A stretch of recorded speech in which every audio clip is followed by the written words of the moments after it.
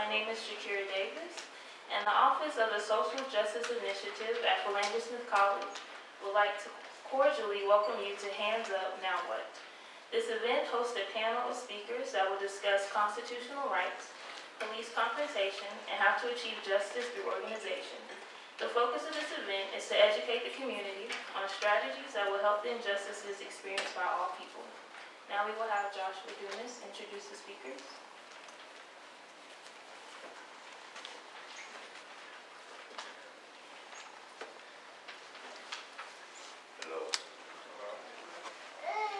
Sergeant Willie C. Davis is a lifelong resident of Little Rock, Arkansas. Sergeant Davis is a product of Little Rock School District and a 1983 graduate of Hall High School.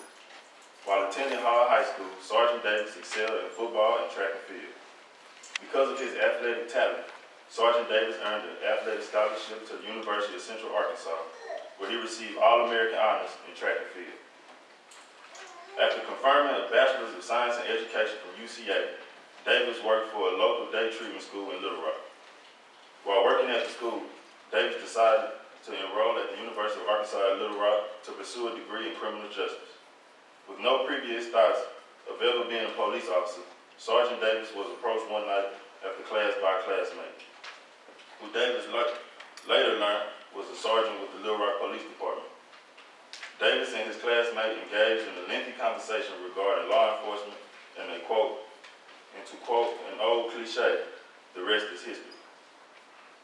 Sergeant Davis accomplished his goal by obtaining a Master's of Arts in Criminal Justice from ULA and immediately began a career with the City of Little Rock Police Department. Today, Sergeant Davis is a 23-year-old veteran law enforcement officer with the City of Little Rock Police Department and is known throughout the community for his work with Little Rock Police Department mentoring program, Our Kids program. Jimmy C. Morris Jr. is the managing partner at Morris Law Firm. He practices in the areas of criminal justice, civil rights, civil litigation, and personal injury. He is admitted to the bar in Arkansas both in state and federal court. He is also admitted to the 8th Circuit Court of Appeals. Mr. Morris is a native of Arkansas. He attended the University of Arkansas at Pine Bluff and the University of Arkansas at Little Rock, where he earned an associate's degree in law enforcement and a bachelor's in political science and criminal justice. He has also attended the University of Arkansas School of Law in Fayetteville, Arkansas, where he earned a Juris Doctorate degree. He is a member of the Omega Psi Phi Fraternity Incorporated, Harold Flowers Law Society, Phi Delta Phi Legal Fraternity, NAACP, and the ACLU. He is a proud parent of Jimmy C. Morris III and Michael Morris.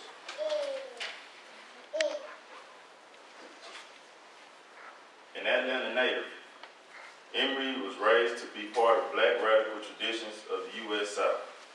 Emory has almost 2 decades of experience in community organizing, movement building, and political education, working primarily across the U.S. South.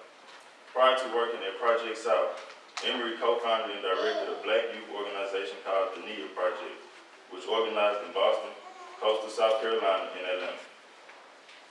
He co-founded and co-facilitated a weekly Black Studies course at South Bay Prison, and he has developed learning and leadership exchanges between grassroots organizers in the U.S., the Greater Caribbean, and East Africa.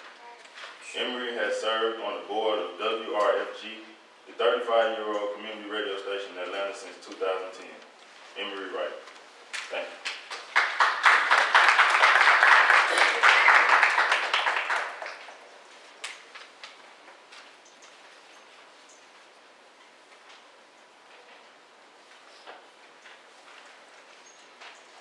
What we're going to do is have our panelists come up here and kind of talk for like 10 or 15 minutes from their own experience, from their own perspective. And then we're going to open it up for Q&A for the audience to engage each one of the panelists. And we're going to start with Officer Davis, if he doesn't mind. And then we'll go with Jimmy Morris and then Brother Emory in Atlanta. Give Officer Davis a hand. I want to make a correction. I think he said I was 23. 23-year veteran, but I'm actually 50 years old, so I'm not 23. How y'all doing tonight? All right. Y'all didn't mean that. How y'all doing tonight? All right. It's a lot better. Got this call several weeks ago regarding this much needed discussion. I think that needs to take place tonight, and not only for the students who are here from Nassau College, but also for the members of the community here in the city of Little Rock, which I've been a part of all my life. As a 23-year veteran police officer, I can tell you that I've always lived in the neighborhood where I patrol, which is a couple blocks down the street. I could have walked here. And so I'm more than excited and happy to be here to discuss, some of my, not only concerns, but some of my stories and how I feel about what's going on, not only in Missouri, but here in Little Rock, Arkansas. And I'll tell you, first off, it doesn't have to take an incident like the deal in Missouri for me to be excited and fired up about what's going on in Little Rock. I want to be real clear about that. We had 48 homicides here in the city in 2012. We had 38 last year. Nobody marched on anything. Nobody vandalized anything. Nobody said anything. There was a brother here that was shot point blank in the head here in the city by a person that didn't look like me. The guy never went to court. No one said anything. No one marched on anything. So those are my concerns. And let me say, while that incident in Missouri is tragic, it shouldn't have happened. That young man shouldn't be dead. But there are some things that probably should have taken place before that day. If there are 3 police officers on their force, now there were 3 police officers on their force before he got killed. No one said anything about it. If the police had an issue with the community now, they should have had one before this guy was killed. So I just want to put that out there because we talk about a lot of things, we march about a lot of things, we rap about a lot of things, and we sing about a lot of things. But oftentimes we don't do anything about a lot of things. And that's what I want to compel you to do tonight. And I'll tell you, I posed a question to my son. He's 12 years old, for the school here at Dunbar. And this morning I was talking to him. I said, Joshua, you have an issue with the police? He kind of looked like, a strange question coming from his dad. And I said, you ever get nervous walking to school? He said, what do you mean? I said, well, if you walk into school, you think about getting stopped by the police? He said, yeah. I said, why? He said, it's because of what happened in Missouri. I said, okay, what if that never happened? Well, no, I wouldn't. I said, why? He said, because you're my dad.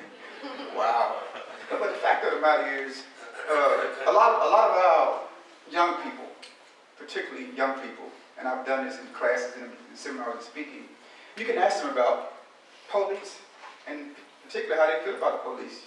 You can ask them if they like the police, if they don't. Sometimes if you're in uniform, they'll just kind of it's here. But if I say, well, that's something I'm not crazy about, then everybody has to go up.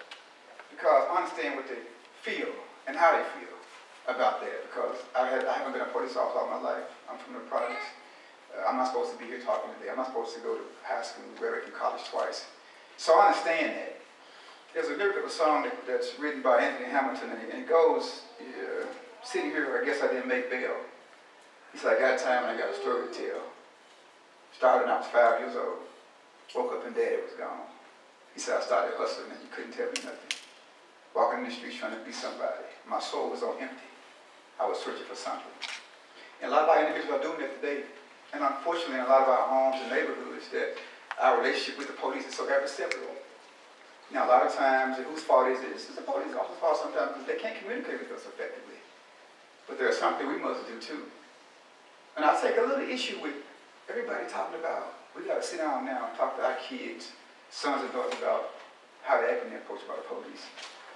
Why not talk to our sons and daughters about being respectful, loving themselves, respecting anybody, police, lawyer, doctor, your next door neighbor's dad, the teacher, your professor. I think it's important that we instill those values early in our kids.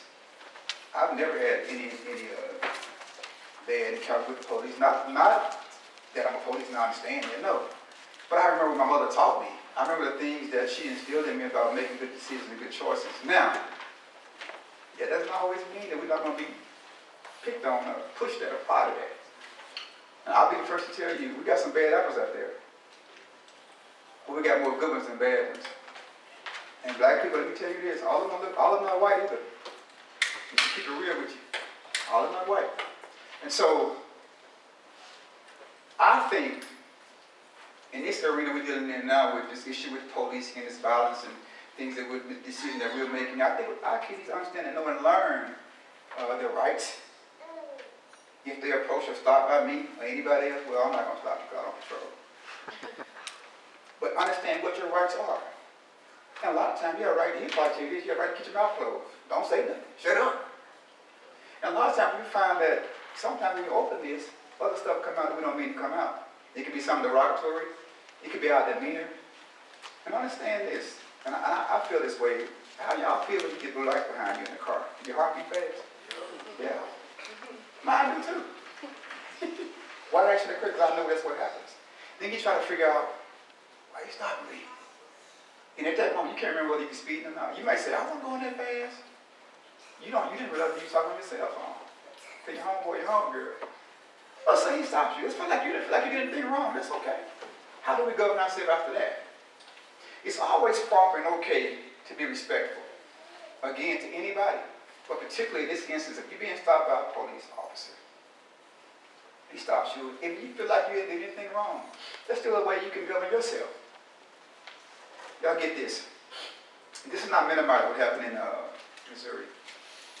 I remember the guy saying what happened in his version that day. He said that they were walking down the street and the cop pulled over and he said, well, get the F out of the street. That's what he said. And the officer should have said that.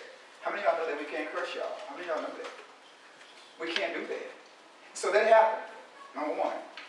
So get the F out of the street, that's his version. And so he says, y'all remember what the response was? Y'all remember what the response was? The response was, all right, we're going to be out of the street. We got about half a block to go. We'll be out of the street. We got out of the street then. Now, why couldn't the response be just get out of the street? Now, I'm not taking up for the officer. Don't get me twisted here. But why couldn't we just get out of the street? So you know some dialogue took place. I don't know what it was. Get out of the street. There was a sidewalk. Now, people argue that, and I'm overlooking things. No, I'm not overlooking anything. I'm just understanding that we put ourselves in situations sometimes that we can avoid. Get out of the street. Now, how many of us know that there's a place in my department called Internal Affairs where you can make a complaint? He can't curse me. How many of y'all know that there are numbers on those cars that we drive that's connected to me? How many of y'all know that there are names on our uniforms? And if you ask me my name, I got to tell you my name. Did y'all know that? It's a violation if I don't. Well, a lot of times our kids don't know that because the adversarial relationship that has taken place over the years in our communities, in our homes, and not necessarily because they arrested you or you. Because they messed with your daddy, or your uncle, or your cousin Jimmy, or your dope dealing cousin. And you met the police. So it starts right there. I'm not saying that we're right. All I'm simply saying is a lot of times we'll drag those attitudes along with us because it's somebody that belongs to us or kin to us. And y'all know and realize that our families are our first institution of socialization. We get our names from our families. We get our belief systems from our families, our morals and our values. And if I grow up thinking that drug business is the way, that's how I'm going to govern myself properly. So understand from a lot of perspectives, from my position as a police officer, if I'm dealing with chaos every day in my community, in my neighborhood, and I bound to the fact that every black guy that looks like him is a knucklehead, that's wrong. But it can happen. It's not right. So educating our young boys and girls, young men and women on the law, how it can impact you, how can it affect you, what we can and cannot do to you. How many of y'all know that we can't detain y'all for more than 15 minutes without telling y'all why? How many of y'all know that? Y'all know that? We cannot detain y'all for more than 15 minutes without telling you why. 15 minutes, I got it right, I'll do it, I'm gonna holler at you. But so we gotta educate ourselves on things like that to keep from getting to a point like where we are up there. And then, how does a black male get shot by a police officer equate to vandalism, destruction of other people's property? How does that happen? What do we do? What's our answer? What's our question we want to answer regarding all of this? What do you want to happen? Justice, okay. What about it? What do you want to happen? Let's say if this guy gets off. What do we prepare to do? What's going to happen if he walks? I know how it happens. It happens just like this. Rodney King. I remember Rodney King. He got quiet. Then you have, what's the young man, Trayvon Martin. It's more help still got to pray in. Ah! You get quiet. Now you got this. Why don't we get quiet? Why do we march? Why do we get hyped up? When everything is said and done, and get quiet over again, and we say, we're tired of this. No, you're not. Because there's some things we must continue to do. And it takes more than one or two people to make that happen. So why do we allow this kind of madness to continue to take place? Because we don't want to vote? We don't want to do that? We don't want to stand for what we believe in? We want to solve all our problem with this? We want to occupy the jail cells? No. Not today. And so we have to find some kind of way to deal with issues like this, to talk about it in an effective way, not to fight about it, but talk about it and a game plan, organize, and do something positive. Boots on the ground type stuff. That's what we need.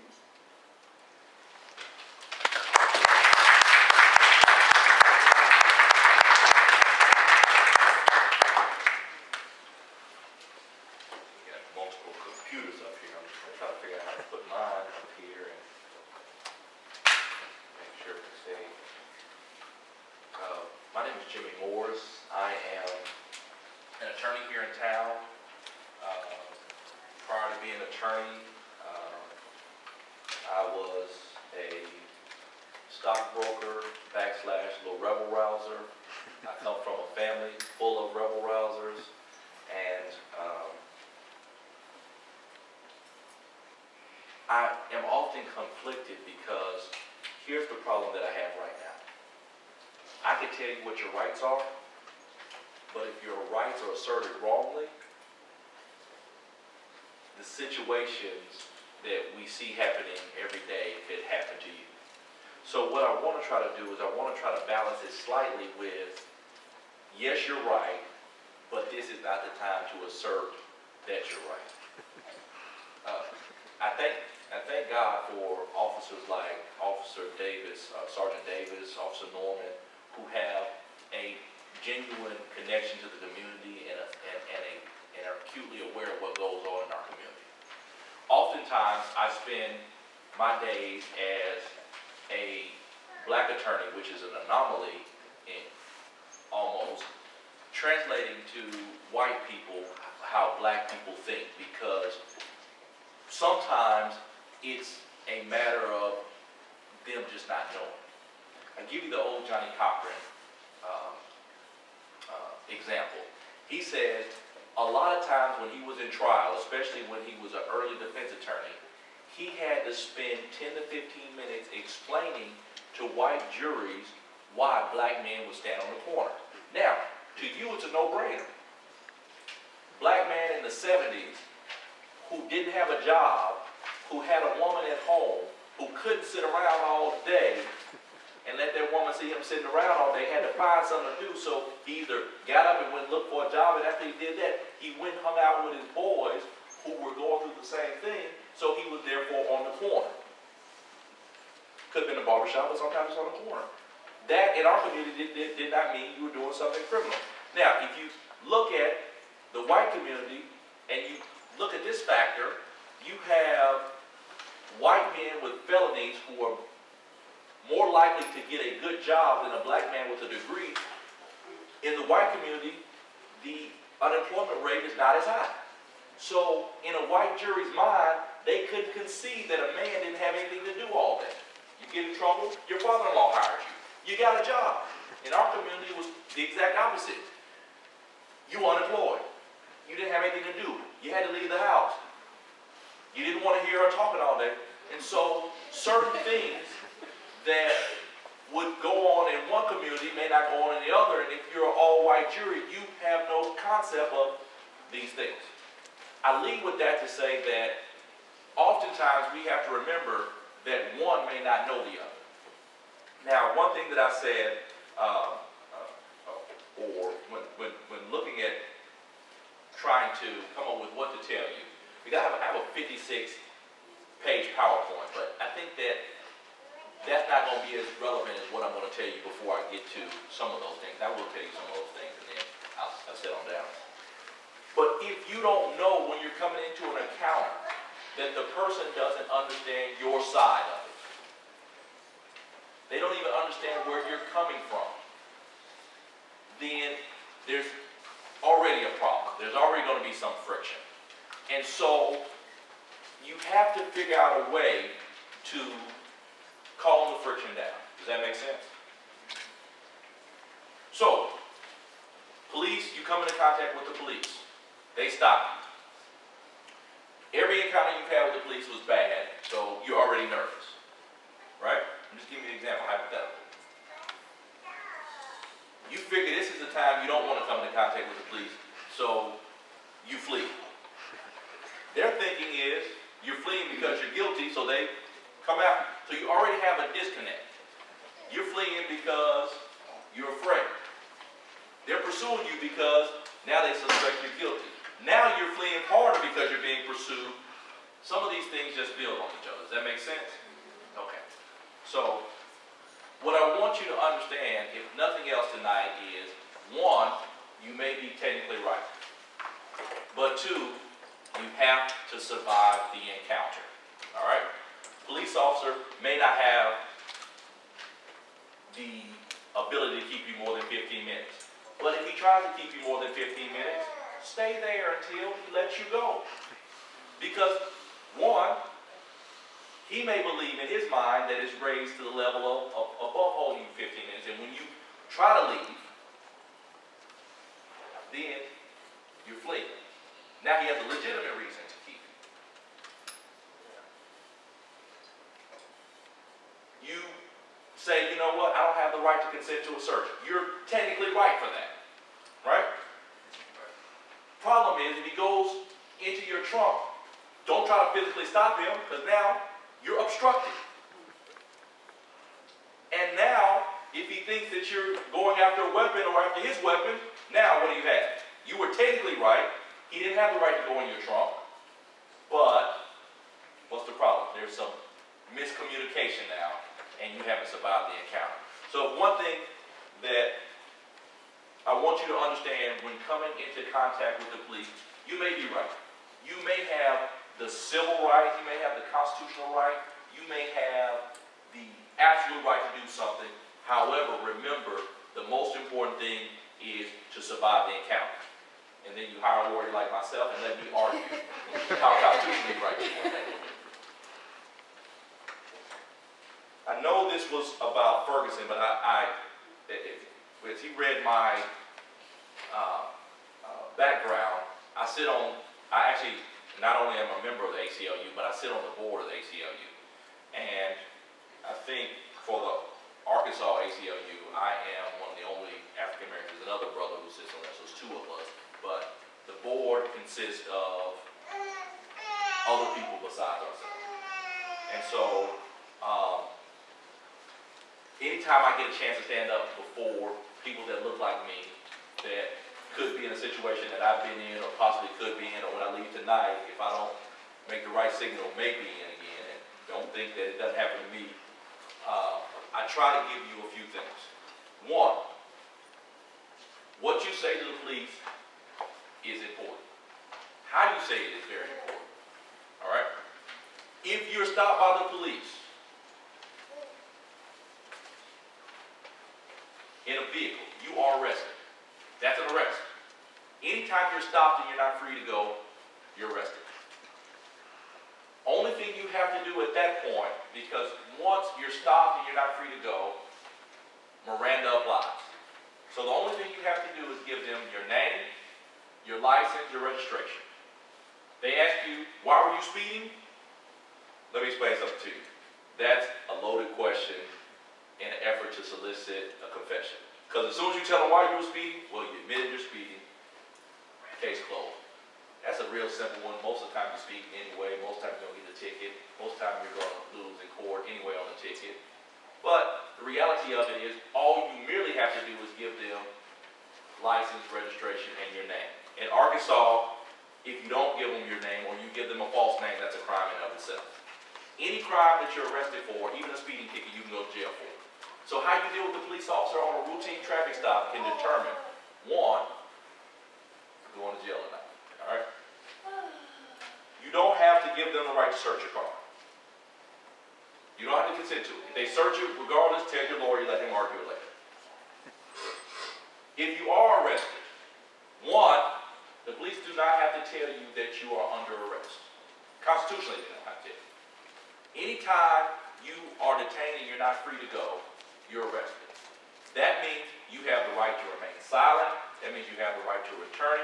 You don't have to talk to them about what they're arresting you for. And I would suggest to you that you don't say anything.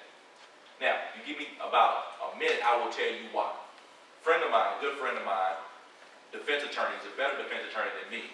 As a matter of fact, I go and sit with him on cases so I can learn stuff. He was driving down the freeway one time, and he hit what he thought to be a dog. And he pulled off, he saw some blood, he kept going, and later on he was pulled over and detained. He was detained because a person on the freeway, it was a person on the freeway, not a dog. Person had already died, but he was detained. And when he got in there, he's an attorney now, criminal attorney. They asked him questions, and guess what he started doing? He started talking and talking and talking. And one of the people happened to be a friend of one of my mentors, R.S. McCullough, and he said, stop, be quiet. He goes and he calls R.S. He says, R.S., your guy's in here, and he's talking, he won't shut up. R.S. comes out and says, how long have you been an attorney? Why are you talking? So my point to you is, if an attorney who knows better will talk and will say stuff and will almost confess, you have no shot in the world. So the best thing to do is stop talking and wait on your attorney.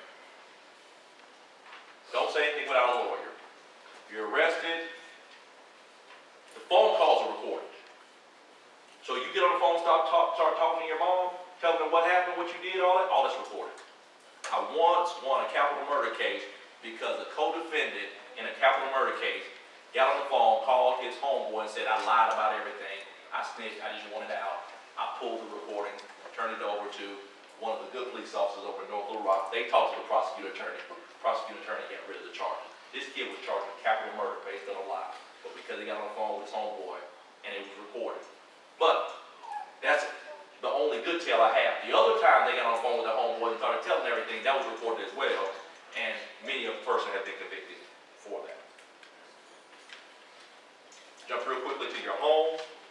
If the police come to your home without a warrant and without any exigent circumstances, which means somebody's running through your house about to blow up, things of that nature, don't worry about the exigent circumstances right now. And if there's no consent, they don't have the right to come to your home. All right?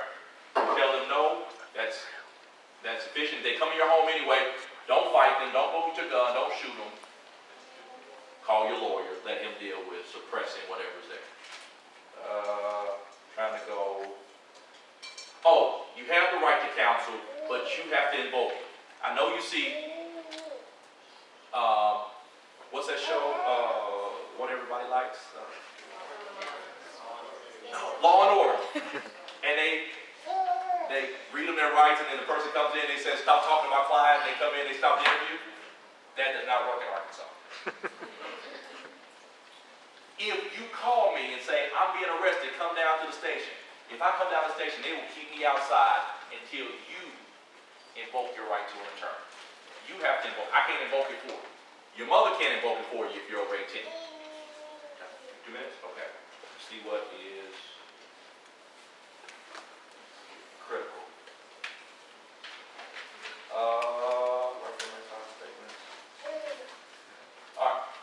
If you are on probation or parole, know that you have less rights than an individual who is not. Know what the conditions of your parole and probation are, if that's your case. And also know that the right to search and the right for you to be searched is reduced something. Does that make sense? So, a person could, your parole officer or probation officer can't get access to your home without a warrant. Know those things, know the conditions. Know if you violate those conditions that it's not beyond a reasonable doubt anymore, and they can send you back for violation of those conditions alone. I think I covered as much stuff as I can cover in a short period of time. So many different things that could be said. Car, house,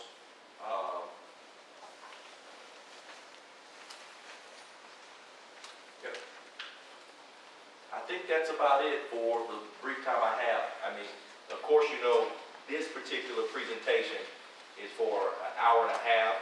Let me touch on one thing real quick, because as I looked at the reporter a second ago, we talked earlier today, public, when you are protesting, and that's what, I guess, Ferguson, that's what we're talking about here, right? Well, first of all, I'd say this. What are you protesting for? What I often tell people is know your why. Know why you're doing something. Because, see, the why drives what you're going to try to accomplish. I'll give you a quick example. What's my guy that plays for Oklahoma? Durant. Durant is one of the most efficient players I've ever seen in my life. You know what I'm saying? He goes through, dunk on somebody, he don't even get hyped. He don't throw up any signs, he don't tap nobody on the backside, he just go on and do it. When he leaves, he hug and kiss his mama, he run off the court. When he comes, he touches numbers, right? Durant. Very good player. But his why of the thing is he's doing it for somebody he loved and died. His coach died at 35, and he's doing it because, that's why he wears 35, and he's trying to win a championship for his coach. Nothing else matters. Nothing else is important. So when you show up to a event like Ferguson, why are you there? Are you there to get justice for that gentleman? Well, my frat brother and lawyer, Ben Crump's there to get justice too. But justice probably for them is going to be in the courtroom. So why else are you there? Are you there because you're angry? Well, you need to check that why, because if you don't have a peaceful protest, if you do something that violates the law, you can be arrested, you can be detained, this whole thing starts over. You have the right to protest in public areas. You have the right for a protest to go on in a peaceful nature. If the protest begins to threaten the safety and security of property or of individuals or of the police, they have the right to curtail that First Amendment right to ensure safety. Give you an example. You have the freedom of speech. But you can't jump up in a crowded theater and say, fire. Why? Because people are likely to get harmed and killed. So the first thing I would suggest is, in an environment to where you're protesting, first of all, know why. Not only know your why, but know why other people are there. Second thing I would say is this, since the room is 90% black, I would suggest you have the same amount of outrage anytime a black person is killed by whomever. I didn't get upset in Ferguson, not because I didn't get upset because a white officer killed a black person, but I'm all cried out because over 600 black people have died in Chicago, and that's more than Afghanistan. So I get upset every time a black person dies. So I have a hard time saying other people should respect us when we have not got upset when somebody that looks like us does something to us. Not to say you should get upset, do whatever makes you feel. But I hurt every time I hear a black man is killed. And so, if he's killed in Ferguson, if he's killed around the corner, I hurt. Especially if it's for some sensible, not for senseless reason, sorry. But if you're upset, know that you can be peaceful, know the why you're there, know that if anytime anybody around you is infringing on safety and security, that type of march, that type of incident could be curtailed.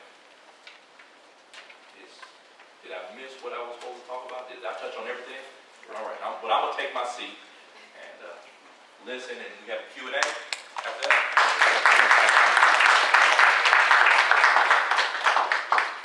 Before we get to the Q&A, Brother Emery from Project South in Atlanta will talk to us about grassroots organizing. Brother Emery, you got it. All right.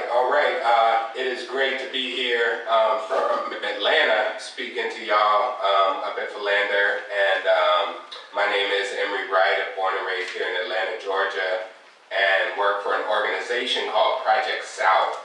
And Project South does leadership development and community organizing all over the Southeast.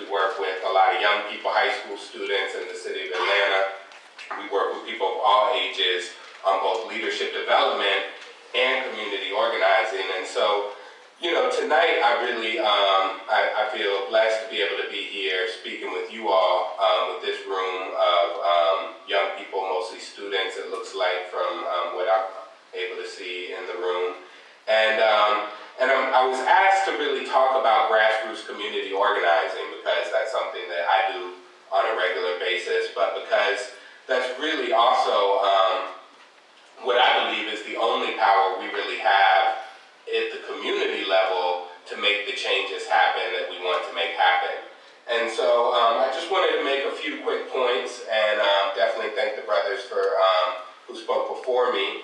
And I just wanted to make a few quick points about community organizing. And first, what is community organizing? That's a term that got probably more popular than it's ever been since the election of President Barack Obama in 2008, because he was a community organizer. But there's lots of different types of community organizing. To me, the most simple way to talk about it is community organizing is collective action to shift and build power.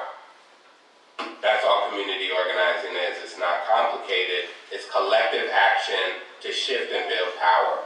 And so, in terms of this situation that's been unfolding in and around Ferguson, Missouri, just to get a sense of the room, how many people would say, just by a show of hands, that you are very upset about what's been going on in and around Ferguson, Missouri? And I am too. I think that part of what we can do with being upset is really organized. And so I wanted to talk about just some of the potential to organize, and also some of the things that we run into in organizing around situations like this. So there was a song that just came out recently, a couple songs. I saw J. Cole immediately almost put out a song that had to do with the situation in Ferguson. And then one that I really wanted to point out was a song called Black Rage by Lauryn Hill. Has anyone seen that online or anyone? Yeah, it's a great song. A couple people seen it. I really recommend looking at it online if you haven't seen it. Black Rage by Lauryn Hill. But she talks about in that song why Black Rage exists. There's people out there, and you see some of them on TV sort of pathologizing Black people or saying that, why are we so upset? But, I think that song, Lauryn Hill, in a very beautiful way, in a very artistic way, describes the reasons behind Black Rage. And that rage we've seen pouring out onto the streets in Ferguson, Missouri. And so I wanted to talk about organizing, because organizing, and it's been kind of alluded to already, can happen in a lot of different ways. And so, but in the type of organizing we're talking about here, it's always happening within the context of an injustice. And this situation with Michael Brown is not only something, that many people are upset about, but it's also a situation where there's a lot of different injustices that have happened in this killing of unarmed young Michael Brown. There's just the injustice that I just stated, that an unarmed brother was walking down the street and ended up murdered by a police officer who is an employee of the state, who has sworn an oath to protect and to serve, and who I think should be held to a different standard than other people in our society. So that injustice just right there is, we could think about that as a certain framework to organize in. There's been someone killed. It doesn't matter for any reason who did it. That is an injustice, and I don't think we can normalize or at all okay when anybody is killed for any reason, as has been said earlier. And so just that injustice alone is there's people on the ground. One of our partners there in Missouri is called Organization for Black Struggle. They're organizing just for the justice that is going to be demanded by the family and by the folks there directly impacted by the killing of Michael Brown. So that's one framework you can organize in. There's an injustice. Let's find, what would justice look like? Would it be the police officer being arrested? Would it look like some sort of training programs happening in Missouri? But there's also the wider injustice. I think that's why a lot of people poured out onto the streets of Ferguson when hearing about the news of Michael Brown being killed. And that injustice has a lot more to do with not just the horrible tragedy that Michael Brown specifically was killed, but also this larger problem that we've heard about a little bit in the news of the deep racism that exists in that town, Ferguson, right outside Missouri. So there, stuff about only having 3 employees in the police department who are black in a city that's 67% black, but also the deep injustices about police harassment, police violence, and police killings that have also happened there in and around Ferguson. So that's another form of injustice, just this larger situation of violence in Ferguson, and each place has its own particular history, its own reasons for why it is the way it is, but that injustice needs to be organized around, and those organizing it need to define for themselves what is justice going to look like on this broader level of police violence in and around Ferguson. But the reason, I'm sure many of you have taken time out of your busy schedules to be sitting in a room in the evening is not just because of the injustice of Michael Brown being killed, or not just of the injustice of the situation with police violence and racism in Ferguson. It's because many of us, I work with people in the community and talk with people about these issues all the time. Many of us are very concerned with this larger pattern of police violence and harassment that happens in our community. And so that's why we've seen protests, solidarity protests take place in every major city in the South, and many major cities across the country since this killing has sort of gained news in mainstream media. And so that's an injustice, this larger situation, both of police violence, police harassment, police misconduct, but then also sort of police and vigilante violence that's just killing unarmed black youth, and there seems to be a pattern that's been heightened just over this last couple of years around that. And so that is a larger injustice that my organization and many organizations across the country are organizing around on a regular basis. And just one more injustice, just to throw it out there, this situation in Missouri has also captured the global attention and global media as well. You have Palestinians who are being literally bombed on a daily basis, showing protest signs to support the people in Ferguson. And why would they do that? Why would they take the time out to look at us and our struggle over here? And that's because, they see it as part of a larger global phenomenon of just poor and oppressed people being treated as disposable, as movable, as you might consider this your neighborhood, but we're going to gentrify that neighborhood and then move everybody out to a different neighborhood. These sort of patterns on a global level is also a fourth injustice, I could say, that could be organized around. So I've just named, 4 different sort of frameworks of injustice that could be organized around. And again, organizing being the power of collective action to shift and build power. But what happens when we organize?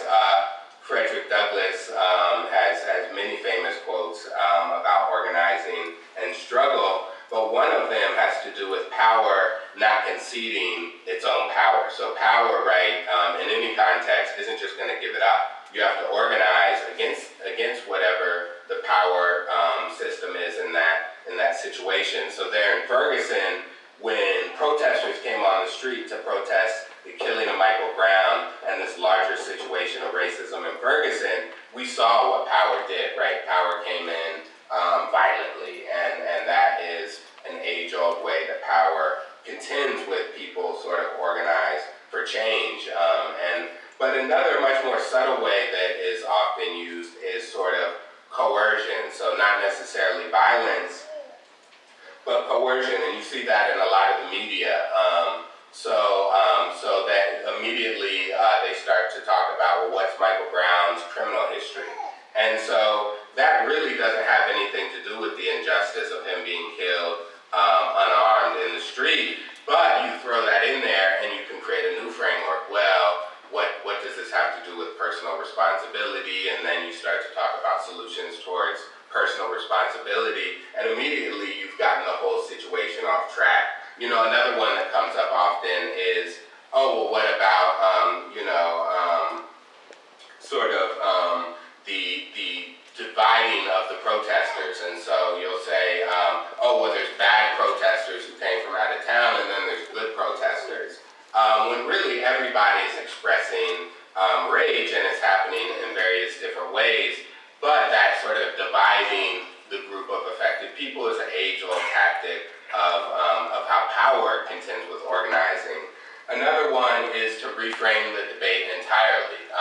Well, what about black-on-black crime? And we heard that tonight, and I definitely respect the brothers for bringing that up. I'm somebody who works on street violence on a regular basis and deals with impacts of gun violence and street violence in our neighborhood. And that's a horrible issue that needs to be dealt with. That's its own injustice that needs to be organized around. Many of us are doing that, but that really has nothing to do with this injustice. The standards, a great intellectual from New York just recently said on TV that the standards of where we hold the police have to be different from what we expect of citizens, and certainly we should expect that if the state of Missouri is going to buy a gun for an individual, give them the rights of a police officer, we can hold them to a standard and say, no, we can be upset when they kill people for no reason. And so I would just say that, that sort of reframing the debate into something else is just something that we'll see increasing, like individualize the situation. That's another way that, we just need to deal with this individual situation and not deal with some of the more systemic problems that are faced. So I just wanted to run through that real quickly in terms of organizing. There's many ways to organize around this situation. I encourage any of you all to look into organizations there locally in Little Rock, because there's definitely groups trying to organize for change there. And also what we know is when we organize, it's not a neutral act. It's going up against power. It's trying to make a change, and so there will be that sort of back and forth, and so those were some of the comments I wanted to make. I appreciate y'all really taking time out to think this thing through in terms of what next. Now what is really a key question. There's several different injustices to be faced. I think we are the ones who are going to find the solutions to the problems that we face. And so whether it's there in Little Rock, the issues that y'all are dealing with there locally, or joining forces with some of the people regionally and nationally that are trying to support the situation in Ferguson, I think are all good things to get involved with. And I look forward to any questions that y'all might have, or just comments that you might have based on anything that any of us has said tonight. So thank you.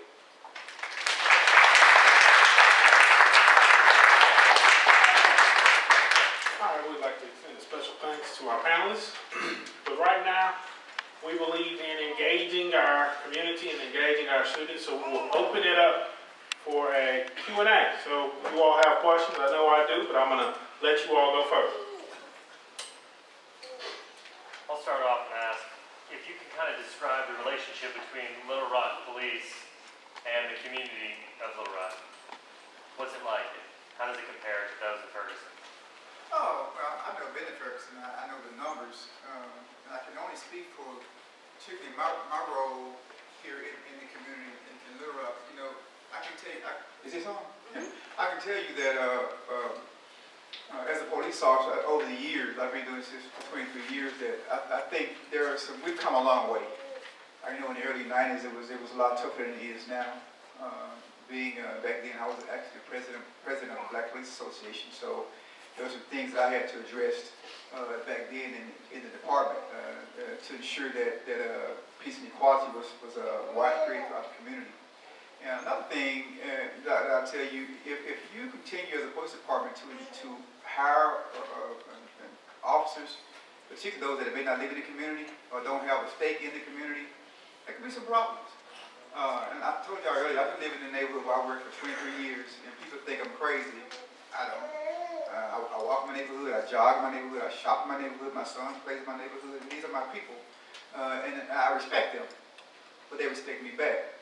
And not because I'm a police officer. You know, I don't want to look at it like that. But so, now as a whole, like I said, I think since the 90s we've come a long way. I think we still have a lot of work to do in the community. And I think us beginning to embrace the area of community policing once again, like we did in the 90s, I think that's gonna help some of the relationships within the community and the police.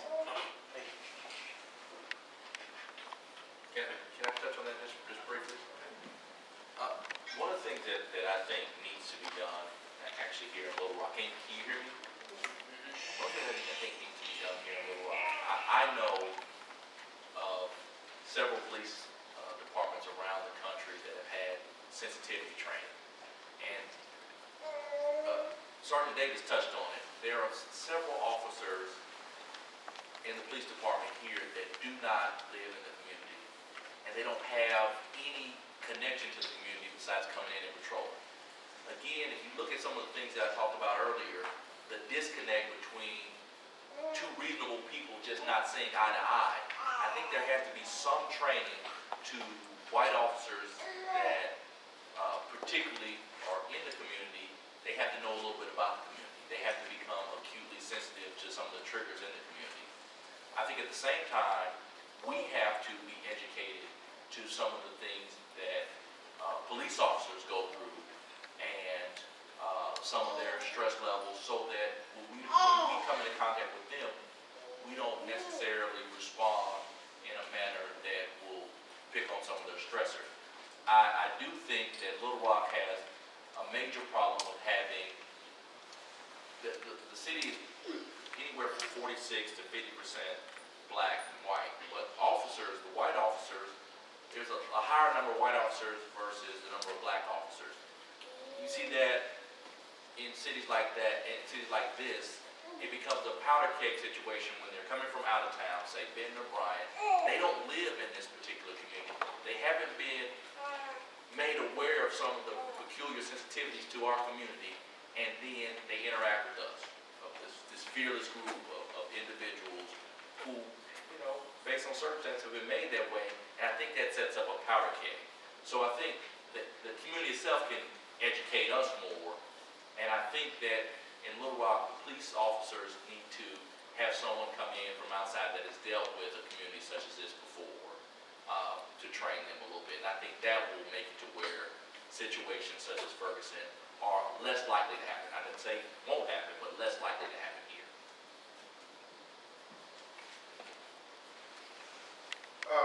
My name is LaRon McAdoo, and I know the two gentlemen before us and fine gentlemen in Atlanta, with my brother who's in Atlanta, living by Emory.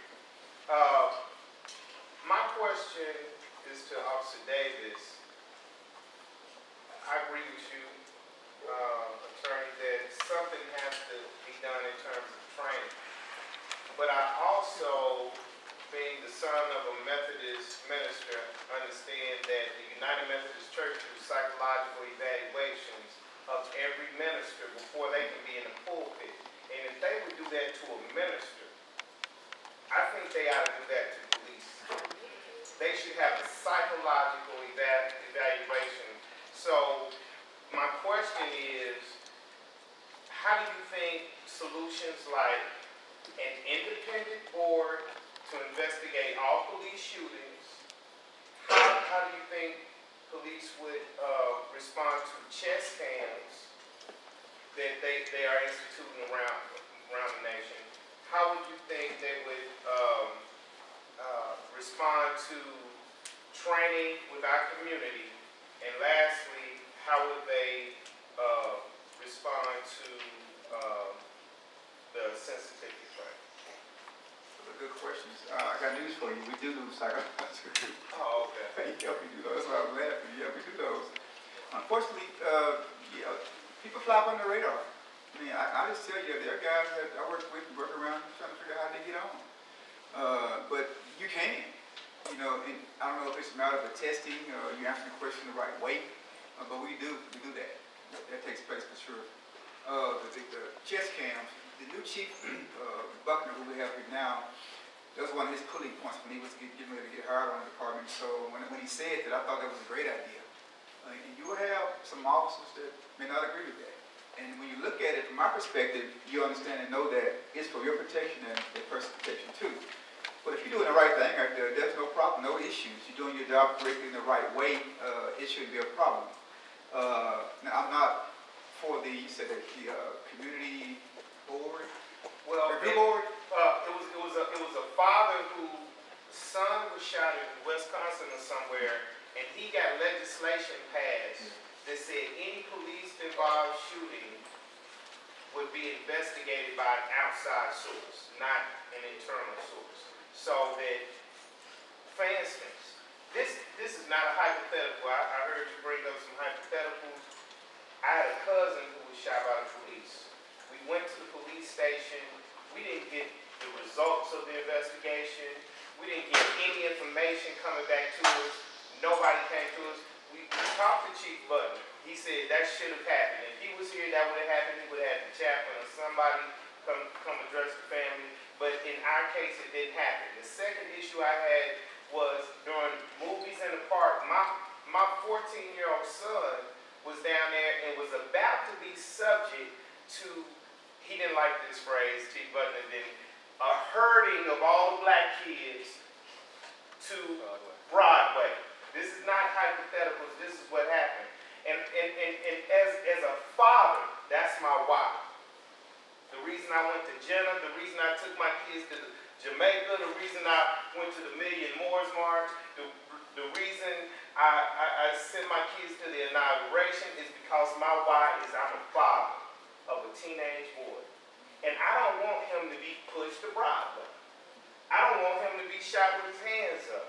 So, that was the why as to the question of training with the youth in our community. Yeah, and I agree with you, the situation at the real market. It goes back to what Morris said in regarding relationships and not really knowing where we're coming from. When they picked those officers, there was a lot of them down there that night to do that. They didn't pick me. I deal with youth all the time. They didn't pick a lot of resource officers in the schools because we know those kids. I got a call from a citizen asking me why I wasn't down there. I didn't get called to go down there. Would have loved to. So we have individuals dealing with everybody with a blanket because of one incident. You have that kind of thing that happens. Now regarding the sensitivity training, they have instituted a new cultural diversity training I just went through last week. But when you're sitting among those type of trainings, among your peers, no one wants to talk. Until I say something real crazy, make them talk. And so you still feel it. Instead of just being real about it, not worry about offending nobody or someone being mad at you about what's going on, because it bothers me because I wear a blue uniform. And if he does something, they're going to say y'all. And they're going to include me, so I don't like that. So I want to talk about it. I want to talk about why things are the way they are. And when you have, and that was a brother that was doing it, that was a white lady that was doing it, which was, I was cool with it. They did a good job. But the issue they had was pulling stuff out of us as police officers. Being real and talking about, the real issues in regards to whether it was white or black. We got to talk about this thing because if you're patrolling my community, you need to know me.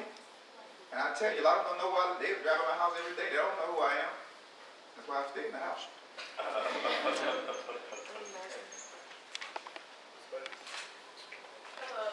a college student here from National College. Can you hear me? Okay, I'll see you now. Okay, but I have a question for you all today. I'm not picking on me. Yeah. Go ahead, sister. Well, I'm a community organizer here as well in the state of Little Rock, in Little Rock, Arkansas. And right now we're working on to get young black voters more college students to vote because right now I feel that, not to say it's a lack of knowledge, but when we say, well, when I can ask like my peers, I was like, well, do you know, like, if you go out, like just certain laws saying like, they don't understand it, they don't know about it, and it's like, well, why should I vote? Because my vote is not going to matter. What can you say, like, for me to help my college peers as well as just the young generation? Because I feel like if we vote, our vote will matter, and everything we vote about it, like, it will matter. So what I'm trying to say, because I'm like rambling a little bit, what would you suggest to get the young black college students to vote, just the college students to vote as well? Brother Emery, if you are having a hard time hearing the questions, please let me know, and I will repeat those questions to you. Yeah, that one I was having a hard time here. So she was pretty much asking, how can you go out to the public and let people know the importance of voting and that their vote will count? College age students. Well, I think that's a really good question, and I think I heard the sister say she was an organizer at the beginning, you know, I think that the reality is, you know, the answer to that question probably lies in where you stand on voting. For me, one thing that I wouldn't feel comfortable telling students is you register to vote and you vote, and that's going to be the best way you can make change in society. I don't think that's true. I don't think that's ever been true. I say that it's one thing. It's a very easy thing in the list of things that we can do to contribute to the communities we live in. But that it's not a silver bullet. It's not the end-all be-all. You know, people misremember the civil rights movement often and say, well, people died for the right to vote. Well, people died for freedom. People died because, of segregation, of Jim Crow, of all of the abuses that we face still in our communities. And the right to vote was one major strategy of dealing with that form of oppression. So it's not so much that people died for the right to vote, it's that people died for freedom, and the right to vote is a piece of that. So I think as we go out and organize in the community and talk to young people about voting, it's really to open up a conversation into what other things do people want to organize around, for example, on a regular basis. Voting is something that we can do usually on one day during the year, you know, depending on the year. And it's, like I was saying, you know, a relatively easy thing to do, but it's connected to who gets in office, how are we going to hold those people accountable, what would we want politicians to do? This issue of citizen review boards, I think, is major. You know, if we have people elected to the city council, to the county commissions, to the state legislature, who like the people on this panel or people here in the audience that I see nodding their heads, you know, people like us would be sensitive to ideas like citizen review boards. So that's one reason why people might want to vote. So I think it's really about not inflating it, because people know at the end of the day voting is not going to change the world, but it's one thing we can do, and it opens the door to thinking through what are other things that we might want to do. You know, the local races can also be a lot more relevant in terms of ballot initiatives that people that might be coming up. And so I think the voter education piece and finding ways we make these little voter cards that outline what's going to be the ballot and the trend, and talk with people about how it relates to their struggle. So if you're talking to students, you might find things that are directly going to impact students and really try to highlight those. So, but I think definitely it's an important thing, and it's just one of many ways to engage in the political world and sort of civic life. Let me touch on that just a little bit. I so remember, I think,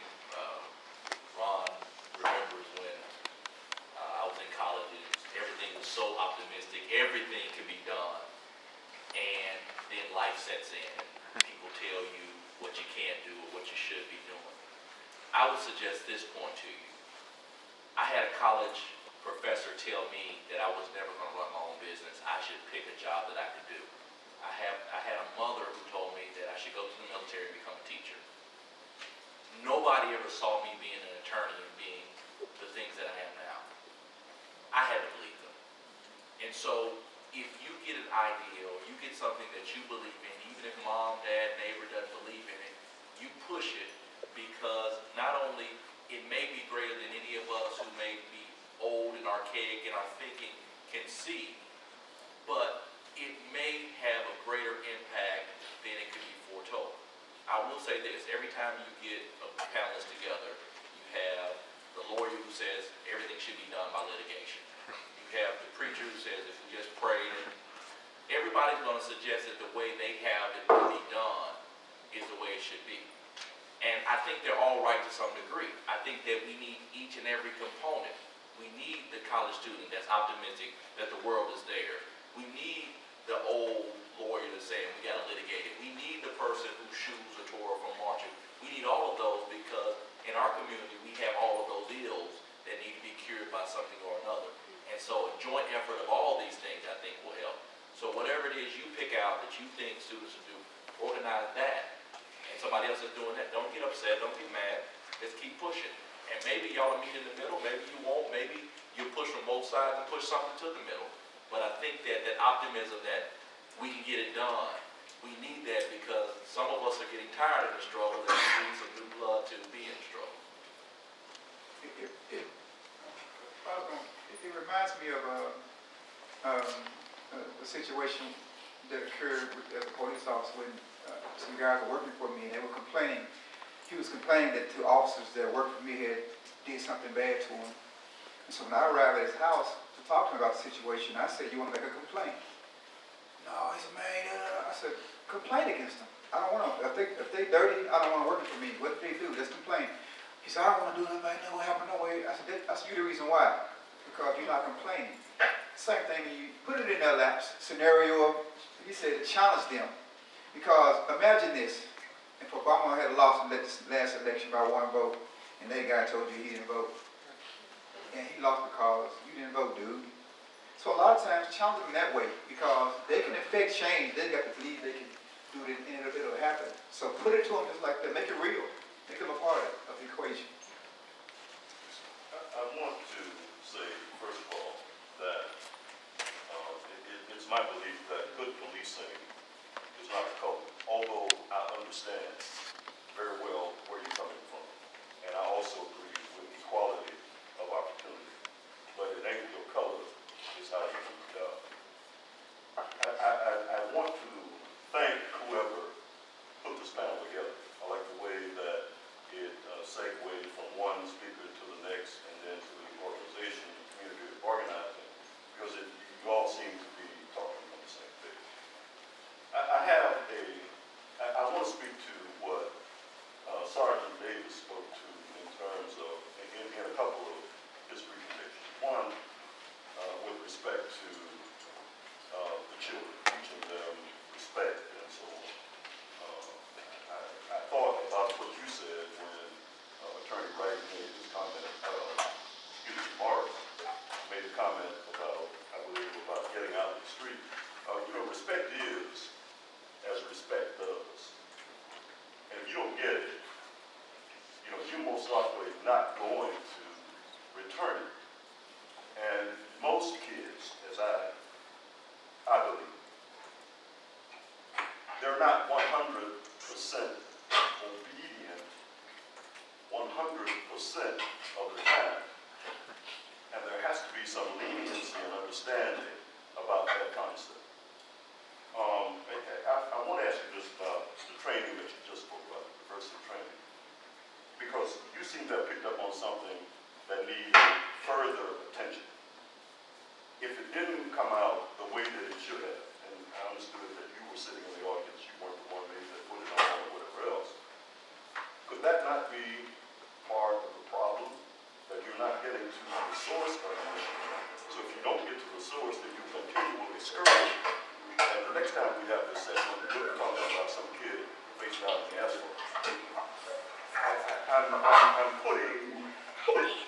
responsibility as much as need be. I'm putting the responsibility back on the police as much as need be in terms of you policing the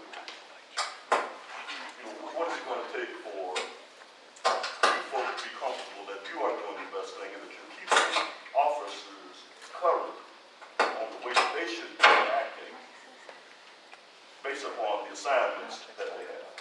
And by assignments, I mean in black communities, non-black or whatever. How emphatic is the police department about the difference and how they ought to treat different people in different communities?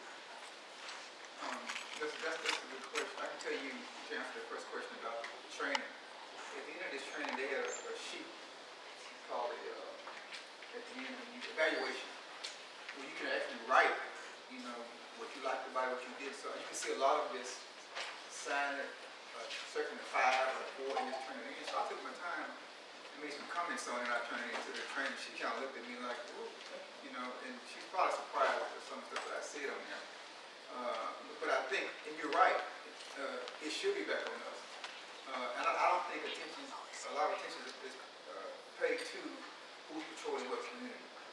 I also don't think that enough of our people in our community are requesting or telling us the kind of service we need to be giving them since they pay taxes. They need to be demanding proper and right service down in City Hall like they do. And we don't, I find that we don't do that enough, But I do agree that there should be some thought behind who's patrolling what community. And if you're going to be in a community, know who you're patrolling, know the people, know the area, you know the keys, know everybody the area that you're patrolling in, store owners. But we got to the point that we can ride in cars, put our shade glasses on, keep our windows up. And we don't speak, we don't do anything. We might do it every now and then. But it's important that people know who's policing them. It doesn't matter what color you are, but if you respecting and doing your job effectively, people respect that.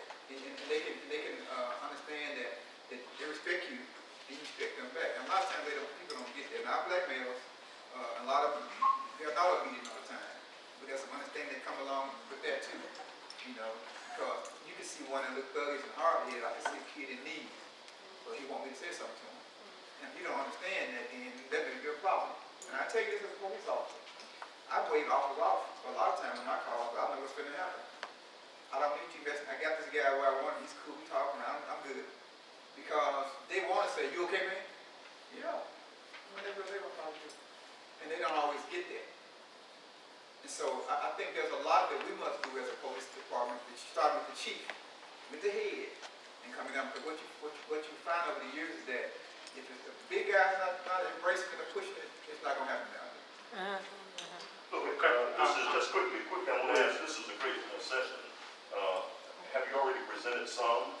And do you, is this a second or third one? Do you plan to present others? As I understood, the leaflet, you're trying to reach the community, and this ain't the community. How are you going to get to the rest of the It's community? not my thing. No, I'm talking about the audience. Oh, okay. It's on. This ain't, having it at Philander is nice, but Philander ain't Little Rock. There are other areas in Little Rock that need the same kind of presentation. Are you going to do that, and are there plans to do it, or is that just out of your Let me say this, and for the organizer, I'm gonna insulate the organizer. I'm pretty sure me and Sergeant Davis, Brother Ron Mack, Professor Artur in the back, will go anywhere you want us to go and talk about these issues. So if you build it, we will come. Yes. So I'm always hard pressed when people always say, well, what are you going to do next? Because what are we going to do next? You tell us where to come, we'll be there, brother. Okay, we'll take one more question, but I will say this, because I'm loving the conversation that we're having. If you look back in the back, we have Ms. Hill, if you will stand up. If you have questions, please take your questions to her so we can write them down. We'll email our panelists with the questions. We have your email address if you write your name by your question so we can get your questions answered. Okay? Can I touch on one small thing? My brother from Atlanta said something. He said that police should be held to a higher standard. I agree with that. I will tell you this, in Arkansas is one of the last remaining states that has a sovereign and charitable immunity, which means that police, if it's a negligent situation, may be held to a lower standard. Give you one quick example. There was a guy who got out of a car, or a police officer got out of a car to initiate a traffic stop. I think it was in Monticello or somewhere. During the ice storm, he had his gun out, gun drawn. He slipped on the ice, pulled the trigger 4 times, killed the person. Could not be brought up on charges, nor could he be sued in court for it, because the charitable immunity said that negligence as it relates to police work could not, they could not be sued for that. So I will tell you this. I don't know if you heard about the case out there in Alexander, the lady who shot our dear brother. In all these cases that I deal with in which you have police misconduct, the first thing that the lawyers for the municipal league come out with is they say charitable immunity. And courts bite on it so hard that at some point you only have a case. So I want you to understand, in Arkansas, though it may be different in other states, police may be far more insulated as long as it's not gross negligence or intentional. They may be insulated. So, just thought you should know that. Yeah, I came in late, so I don't, somebody may have a question, but I'm Audrey Ayator. I teach at the law school, and I apologize, but I didn't realize I had a class when I said I'd be here. But I think I have 2 points. I think that what you're just saying suggests to us a legislative strategy. Because I don't think we should just assume that that's the way it's going to be forever if we feel it shouldn't be. Because I agree with the gentleman, and I'm sorry I'm late coming here and didn't get to meet the other 2 gentlemen. I just happened to know this guy there and that guy there. But I think that they shouldn't be insulated. I think they should be held to a higher standard. And negligence is not, a policeman getting out of a car with his gun pulled is more than just negligence. So I do think that becomes a legislative strategy. I don't know if we're having action items that come out of here, but I think if it is, I would put that on the table for us to get somebody in January when the session comes up to introduce a bill that changes that. That's action. The second thing I think that is important, and I know the gentleman said, well, this isn't the community. I understand what you're saying, but this is the community. This is a part of the community. There are people here from different parts of the community. I mean, I know the artist here whose art I bought. He teaches at the Central, right? Alternative school. So, I mean, there are people from all places in this community. So I think, for me, is to say we don't represent the community dismisses the fact that I am part of a community. And so I think that I think I want to acknowledge, even though I came in late, that I see our community here. Is it everybody we hope would have been here? I don't know what your anticipated numbers were. But I think this is a very good beginning, and I saw a couple of people leaving.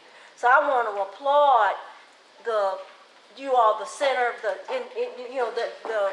what's your department? Yeah, Social Justice Initiative. Getting all confused and trying to talk fast. Social Justice Initiative for bringing forth this discussion, getting this gentleman here on Skype. The police officer, I'm assuming that's a police officer. No, I said Holiday Inn last night. You what? Okay, he stayed at the Holiday Inn last night. He's not a police officer. And Jimmy and all of them here and the people here, because I think this is a critical discussion.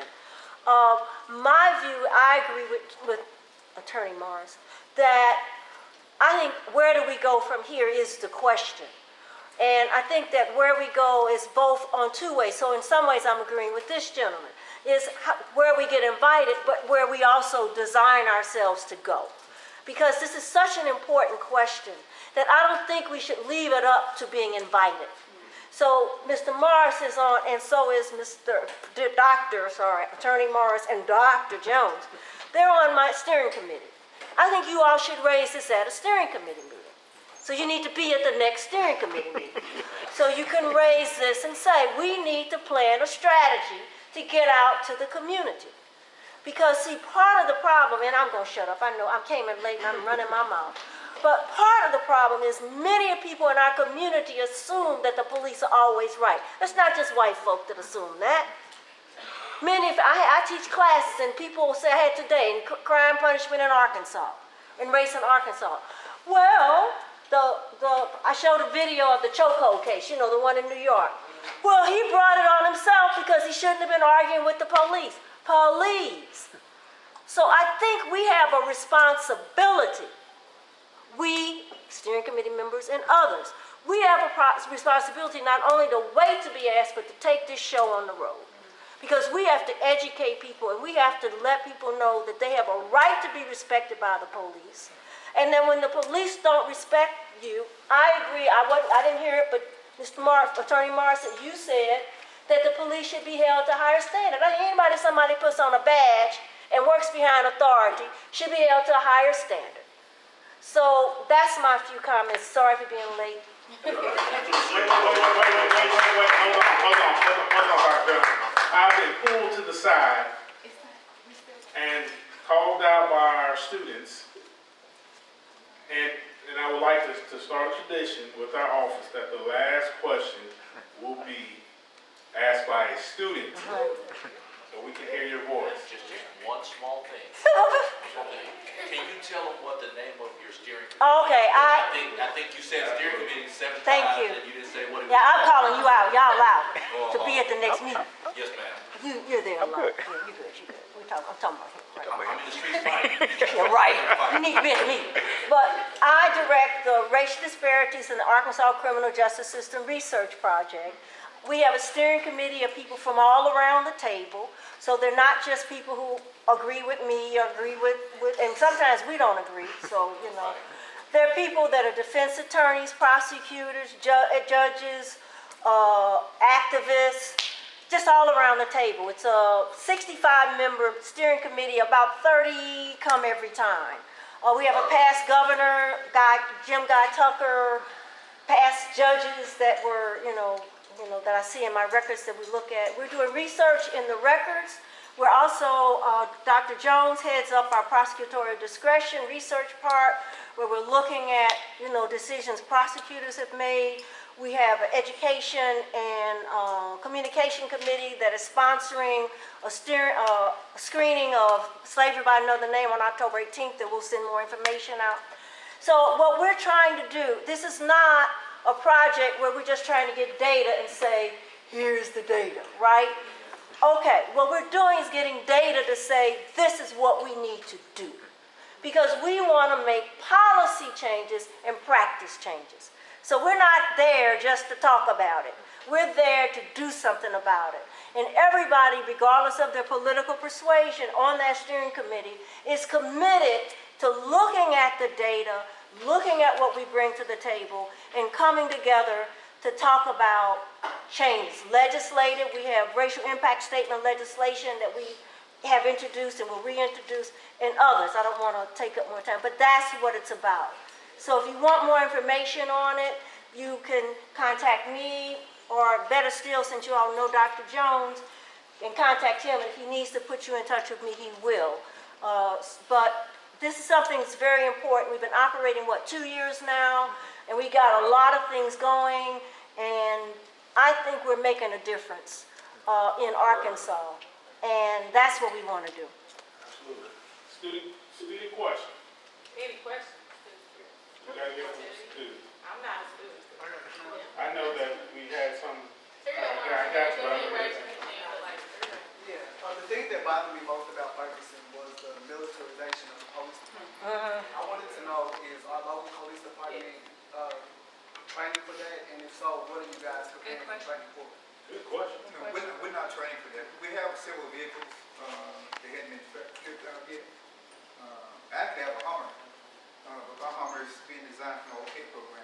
The kids are designed to be real kid friendly, with music and boxes and stuff like that. But the other machines, I don't agree with it. But we're not being trained. I think they sold it to us for $1. They did it around the country. I think we got a few of them out there trained. I've seen a couple of them, but we're not training for anything specific. Let me put my ACLU hat on. When did you take it off? Well, I flip back and forth between hats, really. there is equipment that is military style here in Little Rock. If you read the paper recently, you can see some of the items that were purchased. They were in the paper. I've gotten federal discovery where they've had some of my clients that were observed by drones. So there are some drones being used here. And I'm not making this up. They're telling you what I see. So I don't know about if the Little Rock Police Department could mobilize militarily, but trust me, there is some military style equipment here in Central Arkansas that I know of for a fact. One, from what's purchased, and two, what I'm seeing in federal discovery. In Ferguson, I'm saying, no, I don't know. I don't know which department. I just know that there were. but the military perspective is not just the equipment. Right. CNN had a panel of police chief from Maryland, police chief from Detroit, and the head of the National Black Police Association just a few days ago. Military approach is not simply equipment, it's attitude. It's coming out in, with your helmet on. Y'all got helmets. We know you have helmets. SWAT team does. Huh? SWAT team does. Okay, but that's Little Rock Police, right? Yeah. Okay, so, That's just SWAT team, that's not us. I don't have helmet. right, but so we're talking about, my understanding is we're not just talking about you personally. We're talking about the Little Rock Police. Right. So the Little Rock Police have the kind of things that they could come out in a militaristic way, whether or not they have the big old Hummer, whatever they had in Ferguson or not, because it was the manner in which they responded that was militaristic, not simply the equipment they used. And what all of those folks said on that program unanimously was the manner in Ferguson was wrong. It was not the way in which police should respond to what was happening. So I think that to me is another way of answering the young man's question, which was an excellent question. And in North Little Rock, they were using SWAT in un-SWAT-like manner. And actually, we filed some FOIAs to find out what kind of situations they were using SWAT in. And SWAT is supposed to be used for specific situations, and they were using them for just random and regular situations. They backed off in North Little Rock over the last year after we filed those FOIAs, but they were using them in what would be considered improper methods, which, as Professor Ayatora was talking about, North Little Rock, not Little Rock. But I'm not saying Little Rock wasn't, I'm just saying that's North Little Rock I do know about. All right, again, any questions, please address them to Ms. Hill in the back. Right, let us know your email address and your name. We would love to keep this conversation going via social media. And now we'll have a word from our director, Dr. Joseph L. Jones.